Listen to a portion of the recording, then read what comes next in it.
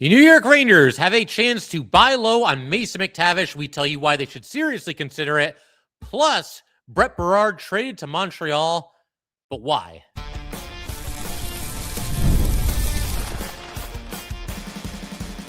You're Locked on the New York Rangers, your daily podcast on the New York Rangers. Part of the Locked On Podcast Network, your team every day.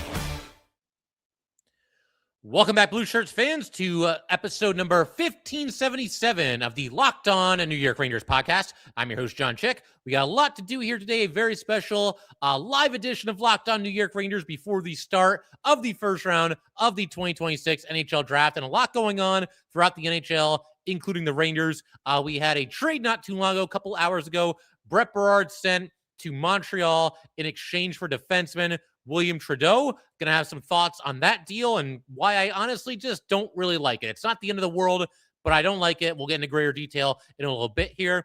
Also going to have some final thoughts on the NHL draft, which of course begins at 7 o'clock tonight. We got the first round tonight. We got the rest of the draft tomorrow. So could be a busy couple days here on Locked On New York Rangers and indeed the hockey world. But we begin with Mason McTavish and the Rangers' ongoing pursuit of acquiring him in a trade from the Anaheim Ducks. There's a lot going on here. I'm not going to summarize every single report that we've gotten from yesterday to today, but it does seem like right now there's a little bit of a staring contest going on between the Rangers and the Ducks. There was a report not too long ago, less than an hour ago before I hit record here, from Chris Johnston. He said that the Rangers and the Blues are in the mix for McTavish. Both those teams are interested in obviously acquiring him, but there is no momentum toward a deal before the draft tonight. And if you're in on McTavish and you'd like the Rangers to acquire him, I don't think this is necessarily a bad thing.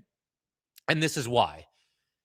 Per multiple reports, the Blues seem keen on trading a draft pick to the Ducks in exchange for Mason McTavish. The Blues, for the record, have 4 picks in the first round this year, so you can see why they'd be willing to part with one of them to pick up a player like Mason McTavish on a buy low opportunity. However, also multiple reports that say that Pat Verbeek, GM of the Anaheim Ducks, is not too keen on acquiring a draft pick. He's more looking toward a player. Well, if you're the Rangers and you drag this thing out and you truly believe that the Ducks are not going to accept an offer from the Blues, you can slow play this thing a little bit. You get past tonight's, first round of the draft, and just like that, well, guess what? The draft is come and gone.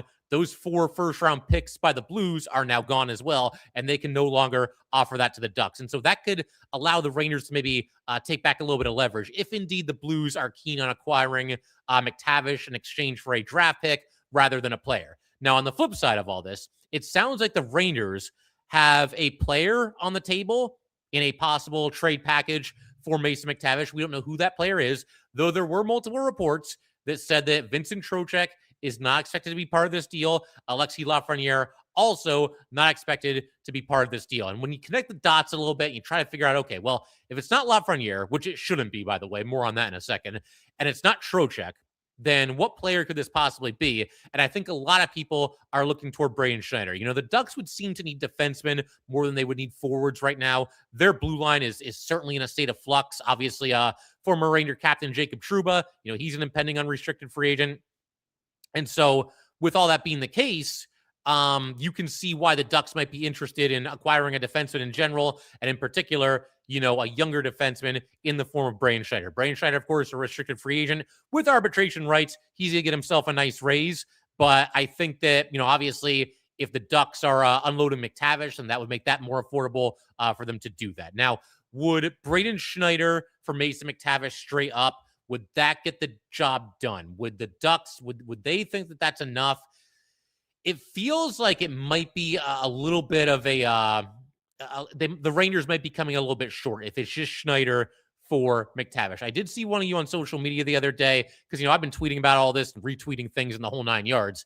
And I did see a couple of you on social media, or at least one person mentioned, maybe Braden Schneider and a 3rd-round pick for McTavish gets the deal done. That sounds about right to me. And I think, honestly, I would be willing to do that. Here's the thing. I like Braden Schneider. I think I like Braden Schneider more than most Ranger fans do, judging by certain things that people have had to say about him on social media.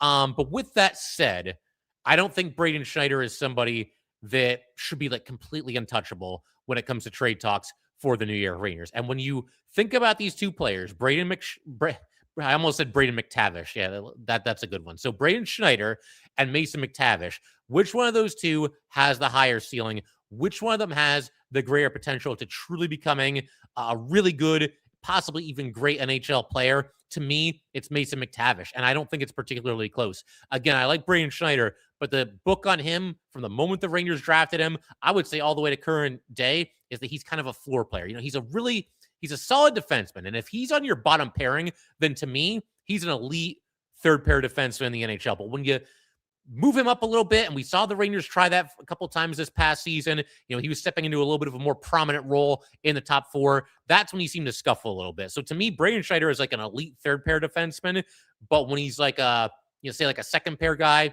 he's all right. He's not a bad player. I don't think he's the train wreck that certain Ranger fans make him out to be. But do I see Braden Schneider becoming like a true bona fide superstar defenseman in this league? If I'm being completely honest, I don't.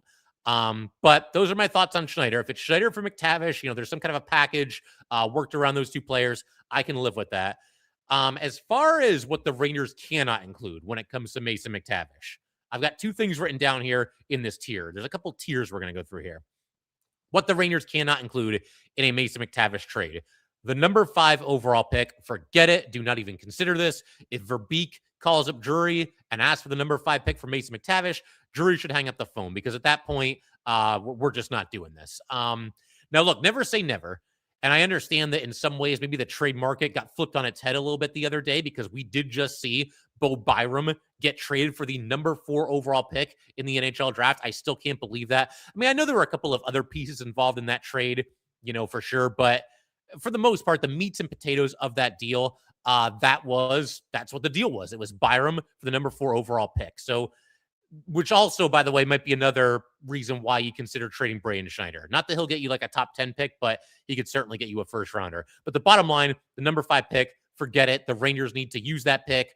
Or, you could potentially trade down in the draft tonight, move back a couple of spaces, acquire a couple of assets. That's at least plausible. But to me, the number 5 pick for Mason McTavish, forget about it. If that's what Verbeek wants, we got nothing to talk about.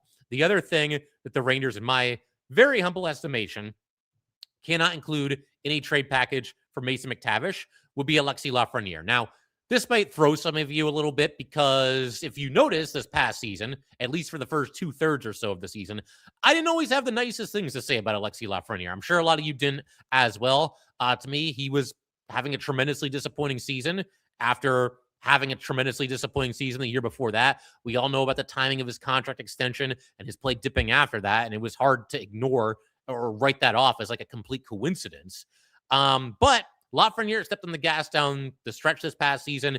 Him and Mika Zibanejad and Gabe Perreault, the three of them together, they were an absolute joy to watch in an otherwise miserable New York Rangers season. The three of them really found some chemistry. They were a very dangerous line down the stretch, and I think you have to keep them together going into this upcoming season. I'm not saying Lafreniere is like completely off limits no matter what. Like if a team comes and blows the Rangers' mind with a big time offer, then you can at least consider it. But for Mason McTavish, no, I'm not even considering that.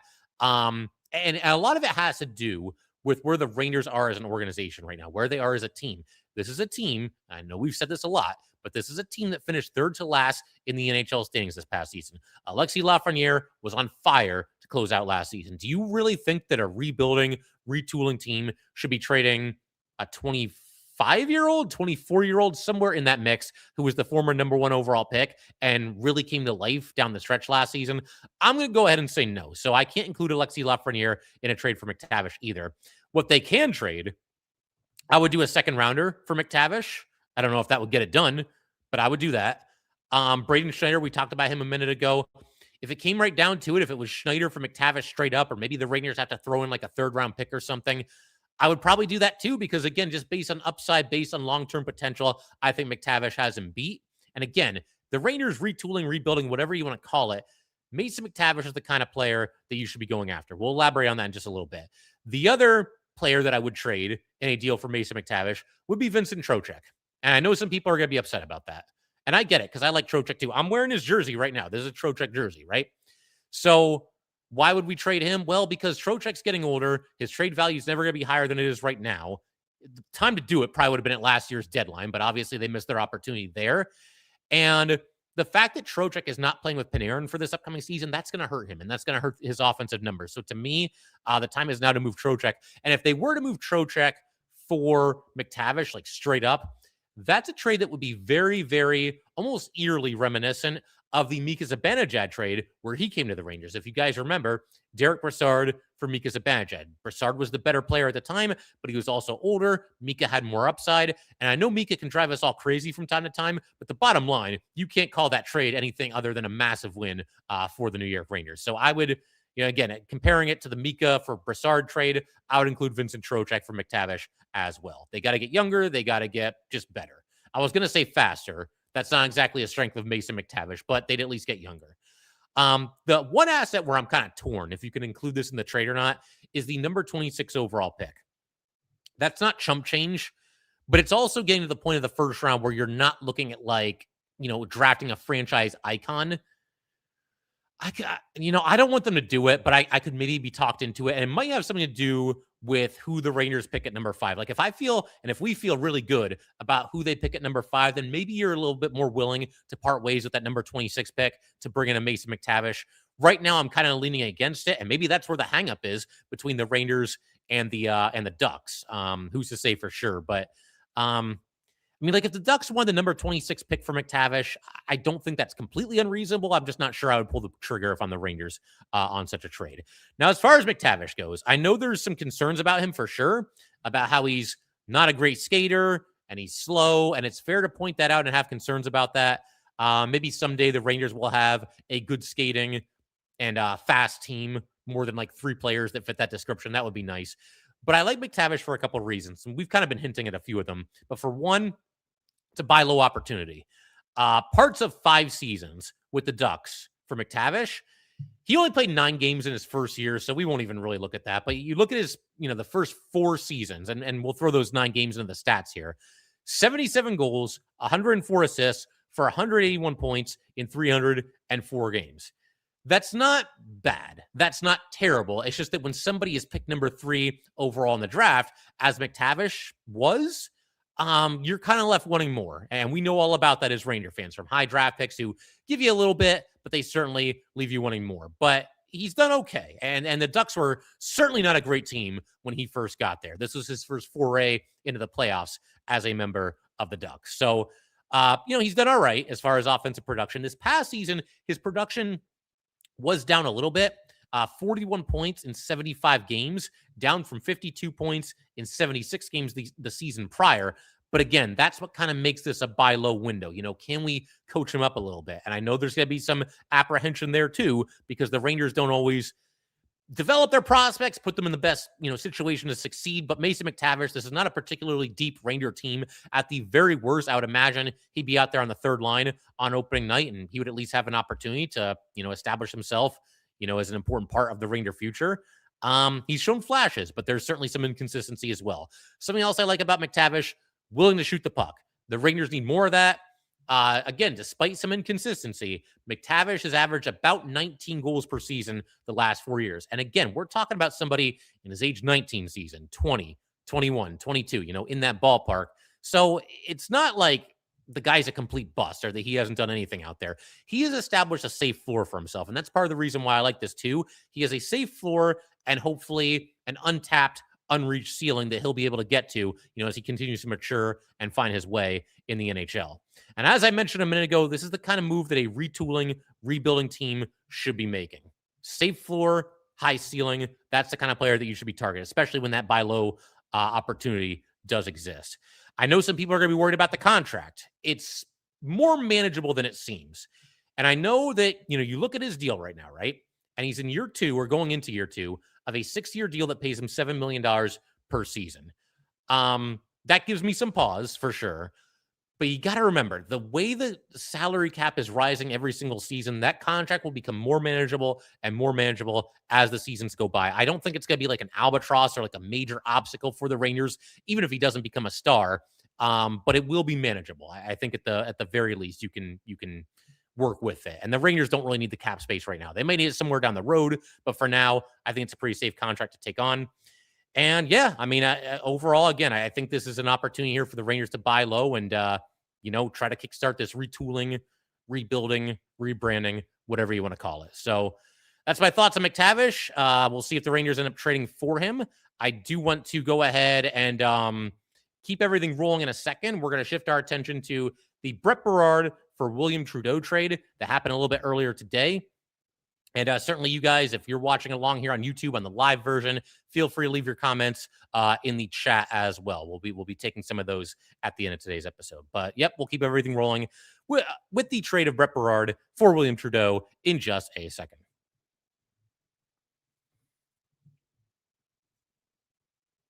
All right, we just want to take a minute to let everybody know that today's episode of Locked On New York Rangers is brought to you by 5 Hour Energy. If you've got a sweet tooth, you know how tough it is to find that perfect treat without all the sugar. That is why the Fruity Rainbow 5 Hour Energy shot brings that nostalgic flavor back in a whole new way.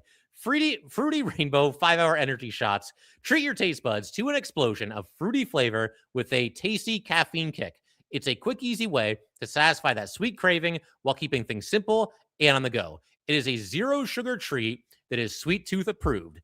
It's incredibly convenient. It's just a small portable shot that you can grab whenever you need a little pick-me-up. And it's a great go-to whenever you want something sweet without going completely overboard. So get candy-flavored chaos with Fruity Rainbow 5 Hour Energy shots, available online at 5hourenergy.com or at Amazon. And today's episode of Locked On New York Rangers is also brought to you by Gametime. There are more live events than ever we're seeing right now. Games, concerts, comedy shows, festivals. The hard part usually isn't deciding what you want to attend. It's actually getting the tickets. Between long wait times, confusing checkout processes, and surprise fees, buying tickets can sometimes feel harder than it should. That's why so many fans are turning to Gametime. The app is built to make buying tickets simple with upfront pricing, seat views before you buy, and exclusive savings opportunities that help you get to the events you want without the usual hassle. Honestly, the best part for me is the ability to view your seat before you buy the tickets. We all want to know we're getting a fair deal. We all want to know what we're going to be looking at. And to me, that's an amazing feature that really sets Gametime apart. Take the guesswork out of buying tickets to every type of event with Gametime. Download the Gametime app, create an account, and use code LOCKEDON for $20 off your first purchase. Terms apply. Again, create an account, redeem code LOCKEDON for $20 off. Download the Gametime app today.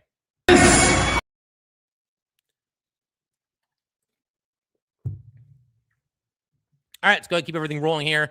On Locked On New York Rangers, you guys know I got to give a big shout out to the everydayers. As always, thank you guys so much for supporting this podcast and tuning into this special live edition here. Get your daily Ranger fix completely ad-free by joining the Everydayer Club today. Start your 7-day free trial right now and get closer to your team without the interruptions. Click the link in the show notes or go to LockedOnNYRangers.supercast.com to claim your free trial. Okay, so we just talked about a hypothetical trade, and maybe the Rangers are going to go get Mason McTavish, or maybe they won't. We'll see what happens there. And I'm going to go ahead while we're live here and continue to check some updates on social media, because if this happens, we can just break the news in real time. Not seeing anything. I mean, now Zach Werenski wants to be traded. That's a whole nother deal. Yeah, no big updates as far as Mason McTavish is concerned. No trades as far as the Rangers. But there was one trade that happened a little bit earlier today, and that would be Brett Berard being sent to Montreal in exchange for defenseman William Trudeau. And my first reaction to this, and the reaction that I honestly still have now for the most part, is that I just don't really get it. Now, let me preface this entire section by acknowledging a couple of things. This doesn't feel like it's the end of the world, right? It's not like Brett Berard is like putting together a Hall of Fame career his first 2 seasons with the New York Rangers. It's not like he's coming off a stellar season or anything like that. And clearly he began to fall out of favor and was simply not a priority for the Rangers, throughout the majority of this past season. And it's also not super surprising that Brett Berard has been traded. I mean, you could have probably figured that out just by how this past season unfolded. If I'm not mistaken, Brett Berard, I don't think he played a game for the Rangers after January. And if he did, it was like one game in February. So he obviously was not a priority, even in a completely lost season in which the Rangers had zero hope of making the playoffs. And I know he was hurt for part of that, but they never put Brett Berard back into the lineup while they had some other young players in the lineup. Guys like Ted Cartier, Yaroslav Himalash, Adam Sakura, to name a few. But as far as Berard goes, I mean, it just felt like he was never really a favorite of Mike Sullivan and the coaching staff. He ends up playing 2 seasons with the New York Rangers. Year 1, 35 games, 6 goals, 4 assists. He was a -6 and had 53 hits. Year 2, this past season, 13 games, 0 points, -1, 17 hits. His first year impressed me, and Brett Berard is somebody that the everydayers will know this. He'd always been kind of like a favorite prospect of mine. Not that I thought he was going to become a superstar or anything like that, but watching him in the World Juniors and just reading everything I could about him, it felt like this guy, he plays with some energy. He's kind of a buzzsaw out there. He's physical, considering his lack of size, and I just felt that for somebody that was taken in the 5th round, this guy has a chance to be a nice investment for this Ranger team. And after year 1, I felt like that was going to be the case. Again, 6 goals, 4 assists in 35 games. It's not, incredible numbers, but when you consider the fact that he was a rookie and the fact that with that Ranger franchise, literally the entire foundation was crumbling. I mean, the Rangers went from President's Trophy winners to looking like they didn't even want to play hockey anymore from one season to the next. And yet Brett Berard goes out there and I thought showed pretty well for himself in his rookie season. Scored a couple of impressive goals where he just beat the goalie clean from some tough angles. I don't know. I liked it. He was out there mixing it up. This past season, the guy was just a complete non-factor. And I understand he didn't have a lot of opportunities with the Rangers. Unfortunately, he also wasn't really able to make the most of those opportunities. Now, my understanding also is that Brett Berard wanted to be traded. And I know some people are going to point that out because I've said on multiple social media sites that, I'm not thrilled about this trade. First of all, let me just throw this at you real quick. The Rangers, nor any team in the NHL, is under any obligation to trade anybody ever. They don't have to do it. Now, recent, trade rumblings and trades that have actually been completed, they might make you question that a little bit because now, all these players have these full no move clauses. And it's one thing to use that to block a trade. It's another thing to use that as a weapon to demand like one team or 2 teams that you're willing to waive it to go to and basically just say you're done. But that's the superstar players. Brett Berard is not a superstar. The Rangers did not have to trade him if they didn't want to. So that's first and foremost. Although he is a restricted free agent with arbitration, right? So you'd have to get him to sign the contract. But what else is he going to do, right? He doesn't really have a lot of options. Secondly, even if the Rangers wanted to acquiesce to Berard's request to be traded, then to me, the thing to do would have been to trade him for a draft pick rather than a defenseman who has played 275 games in the AHL without yet making his NHL debut. I mean, I understand that Brett Berard's trade value is not very high. I get it. But you can't tell me that there's not a single team in this league that would not give the Rangers a 5th round pick, a 6th round pick, or if it comes right down to it, even a 7th round pick. And at this point, I would rather have that than just this random defenseman who was taken in the 4th round and again has played basically 4 complete seasons in the AHL without even getting a sniff of the NHL. Because at least with the 5th round pick, the 6th round pick that you get in exchange for Brett Berard, it's a lottery ticket, right? I mean, it's not of great value, but you never know when you're going to get lucky and find somebody who's a really impressive player in the later rounds. So for me, I would have rather, taken a chance there. Again, somebody who played that many games in the AHL, it just doesn't scream to me like a player that like we need to go acquire this guy. And I know, some people might point to Matthew Robertson and, he ended up playing 250 regular season games in the AHL before he made it to the NHL. And, he had a solid season last year. That's the exception more than it's the rule. And look, I hope I'm wrong. I hope Trudeau ends up being a really nice player for this Ranger team. It could happen. You never know for sure. But again, to me, it's just a little bit of a red flag that he's played that long in the AHL without making it to the NHL. I know some people are also going to throw out the idea that Brett Berard is no longer waiver exempt. And that's fine. That's a fair point to make. But again, trade him for a draft pick rather than trading him for a defenseman who also is no longer waiver exempt. Yeah, Trudeau, if he doesn't make the Rangers, which I don't think he will, I mean, we'll see. You never know for sure. I mean, I guess, if Schneider gets traded and there's an injury, maybe there's an opportunity for him. He shows well in the preseason, whatever might happen. But I can't see him making the Rangers out of camp. And if that doesn't happen, yeah, he's going to get exposed to waivers too before he can be reassigned to the Hartford Wolfpack. Now, granted, I think there's a better chance that Brett Berard would get claimed on waivers than William Trudeau. But I don't know that for sure. And you're still taking the same risk. He still will be exposed to waivers. And then I saw this too. A lot of people saying that like, well, you got to build the Wolfpack back up. Even if you see this as more of a Wolfpack trade, quote unquote, than a Ranger trade, it still to me doesn't make that much sense because, okay, the Wolfpack need more depth. Well, Brett Berard can give you that, right? And I know there's risk. He's got to make it through waivers and somebody might claim him. I mean, I get it. But if Berard was to find his way back to the Wolfpack, not too long ago, he had 25 goals just 2 seasons ago, 25 goals, 23 assists for 48 points in 71 games. Now, his numbers are down with Hartford the last couple of years, but that's mainly because he spent some time with the Rangers. And obviously, there was an injury this past season as well. I mean, I don't know. This random defenseman is going to make the Wolfpack better than Berard would have if Berard would have claimed waivers. And I know that's a sticking point for people, but I mean, I don't know. To me, I would have at least given Brett Berard a chance to make this team out of training camp, because again, just the season before this last one, I thought he showed pretty well for himself. And for a while there, it was looking like he was going to be pretty much a lock to be in the Rangers' bottom 6. And obviously it didn't work out last season. But what's the harm in just not doing this trade and letting Berard, have a shot, letting him play in the preseason, having him in training camp, obviously. And if you're getting to the point where it's looking like he's not going to make the team, then you can trade him. And you might lose some leverage if you do it that way. But all I'm really looking for Brett Berard at that point, like I said, is a 5th round or a 6th round pick. It would obviously have to be for the following season, but that's fine. There's really no difference there as far as I'm concerned. I got to throw this one out there too, just because it's funny. So I was talking obviously on social media about not really being a fan of this trade. Somebody was yelling at me that Trudeau is younger than Berard. Well, yes, he is. Because Brett Berard is going to turn 24 in September, and Trudeau, well, he won't turn 24 until October. Yeah, 1 month. If either GM factored that into their decision to make this trade, they should be fired on the spot. I mean, I'm all for, look, I know age matters and what point in this guy's career is he at and what's this guy doing? You know what? If you're worried about 1 month, then just take a hike with that. I'm sorry. I would assume this person probably thought Trudeau was younger than he actually was. But yeah, I mean, I don't know. We'll see what happens with Trudeau. If he makes it through waivers, he could end up playing a pretty solid role with the Hartford Wolfpack. The Wolfpack have a thin blue line right now, so the opportunity is there for the taking. I'm also planning on reaching out to Locked On Canadians for some intel on Trudeau. We will possibly even do a crossover. That could be fun. We've linked up with them before. But for me, that this whole thing just comes down to one thing here. Which one of these players, Berard or Trudeau, had a better chance of making the Rangers out of camp this year and through the preseason?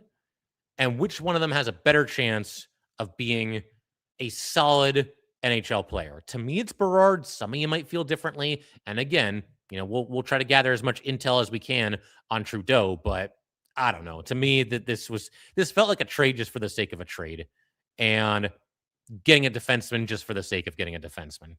So it is what it is. We'll keep everything moving. We'll have some final thoughts on the NHL draft. That is now starting in about 10 minutes here, so I guess I should probably wrap this up, but that's going to be really exciting. Looking forward to that. And we're actually going to be live after after the Rangers make their first pick. So we'll get to some final thoughts on the draft and a couple of your comments in just a second.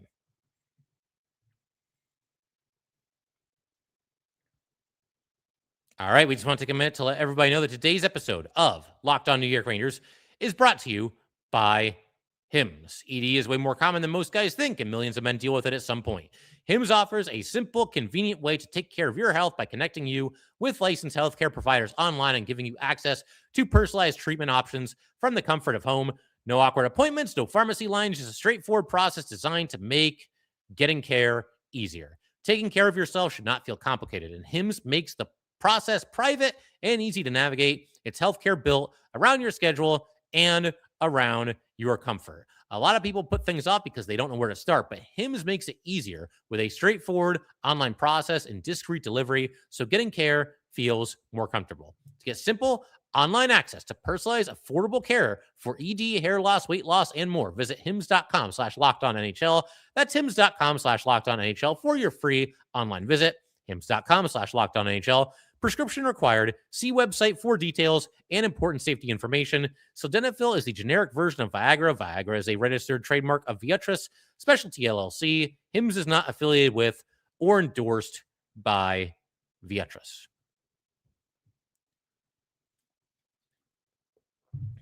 All right, so we'll wrap up with a couple of questions and comments from you guys. We cut this one a little bit short. I do plan on maybe doing a little bit of a longer episode tonight. Obviously, we'll see what the Rangers do at number 5. I'm actually going to check the chat right now because I'm relying on you guys, man. If anything happens right now, then I need you to let me know. I'm kind of searching on social media as I'm doing the episode live here. Haven't seen the Rangers, trading for McTavish or anything like that. Boston and Utah working on a JJ Peterka deal. Looks like Peterka might be going to Boston. I don't see anything with the Rangers. And I'm pretty sure that would have popped up by now because it's all Ranger stuff on my social media accounts. So nothing as of yet. But as far as this draft goes, I mean, it's nervous times for sure because the Rangers, they're picking number 5. This draft would have been a heck of a lot easier if they had ended up number 1 or number 2 with the draft lottery. But once you start getting past that, you got some serious decisions to make. And I think among Ranger fans, the hope is that Viggo Bjork will be there and that the Rangers will draft him. And it took me a while to come around on this idea, but I think I'm there because we know McKinnon's not going to be there. And like 97%, I would say Stenberg's not going to be there either. So what are you left with? I mean, you could draft Caleb Malhotra, and I do think that would be a good pick. He's got offensive upside for sure. I don't know that he's got quite as high of a ceiling as Viggo Bjork. I mean, I've read as much as I can about these players, the last bunch of days and weeks here. And I'm coming around, Viggo Bjork is an incredibly talented player, despite obviously not being very big. If Chase Reed falls to number 5, then I think the Rangers have something to think about there too. The thing with Bjork, getting back to him for a minute, is Buffalo obviously recently traded up to the number 4 pick. They absolutely just blatantly fleeced the Chicago Blackhawks. I don't know what Chicago was thinking with that. Bo Byram is a good player. I didn't know he was number 4 overall draft pick good, but apparently he is. So there are some thoughts and some rumblings that Bjork might be a target of the Sabres at number 4, and that would be unfortunate. I mean, who's to say if the Rangers would draft Bjork anyway? But in a way, I want Bjork to be available to the Rangers at number 5 just to see the reaction of everybody when the Rangers either take him and make the fan base happy, or they don't take him, they pass on him, and they take like Verhoff. And one thing I'm going to say right now, no matter who the Rangers take, I'm going to keep an open mind about it because you got to remember these are young kids that obviously they're having their dreams come true. And we don't know for sure. We all, do these, draft picks and we've all got our favorite prospects. And, we've done a couple mock drafts here on Locked On New York Rangers.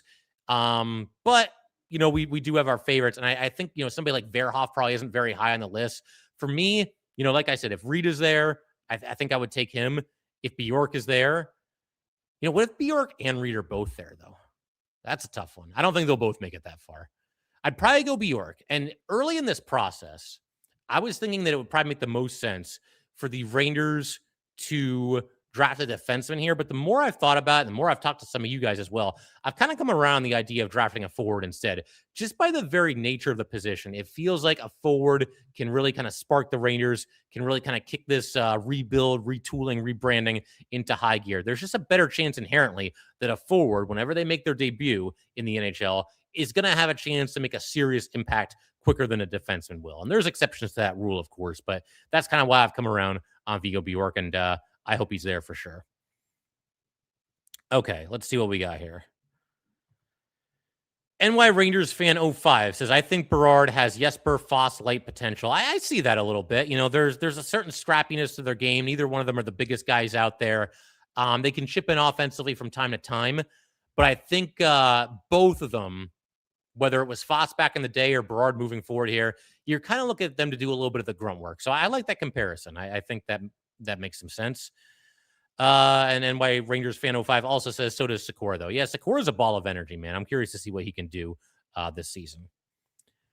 Hockey 39 says, we need defensemen, not left wingers. We need everything, man. The Rangers need everything. There's not a single, I guess goalie, but other than that, there's not a single position where you can look at and say like, oh, no, the Rangers are all set there. Even center, I don't think the Rangers are as much of a mess at center as some people make it out to be. But obviously, JT Miller had a tough season. Vincent Trocheck could be traded before I stop recording this episode. I don't think he's going to be at this point, but that could happen. Mika, he's getting older, right? Noah Laba showed well for himself, but we're still waiting to see, what his long-term potential is going to be. So, yeah, we'll see how that shakes out there. Okay, this is a good one. Mikey NYR for Life 491 says, clickbait or do we really get McTavish? I'm going to go ahead and let our friend NY Rangers fan 05 answer this question for you. It's a question, not a statement, hence the question mark. Mikey, that's what question marks mean. It's a pursuit of McTavish. I'm not saying that they got him. Who else we got here? Hockey 39 says, if Werenski is available, we should be disgustingly deep in that. 5 overall, 26 overall, Schneider, and more for him. See, I wouldn't do that because that's just too much. The Rangers are not in a situation where one player is going to just vault this team to the Stanley Cup. And that's one of the biggest reasons why I didn't want the Rangers to sell the farm for Brady Tkachuk. Now, granted, it didn't sound like Brady Tkachuk was going to waive his no-move clause to come here anyway, so the whole thing is moot point. But I can't give up that much right now. It's one thing, if the Rangers were coming off a big-time season where they got close to winning the Stanley Cup, I could at least hear you out on this. I still don't think I would give up that much. 2 first rounds and Schneider. That's a lot. That's a lot. But at least if they were in a championship window and close to winning the Stanley Cup this past season, maybe the past couple of seasons, you could at least look at that and at least consider it. But I don't think I would do that. I don't. Oskioracle. I don't know how to pronounce that. I'm sorry. But Fox plus Reed will make a killer power play duo. Yeah, I don't know how the Rangers would play that. I mean, to begin with, if they draft Reed, he's not going to be on the Rangers right away. He'll eventually make it there. I think they would get to the point where, Fox and Reed are teammates. But do the Rangers in that situation, do they finally go to an alignment where they have 2 defensemen on the ice for the power play and 3 forwards? Or do you put Reed on the second power play? On one hand, if you do the latter, you're kind of wasting, something that Reed is obviously very good at. Unless they change their thinking with the power play in terms of on-ice distribution. You could always have 2 power play units and kind of spread the wealth evenly among them and have them kind of split the power play. I mean, that could work. That could work. But Reed on the power play, he's going to be big time for sure. Oh, I got to give a shout to Travis here because he knows me too well. Much better than a 5-forward power play for sure, LOL. Yeah.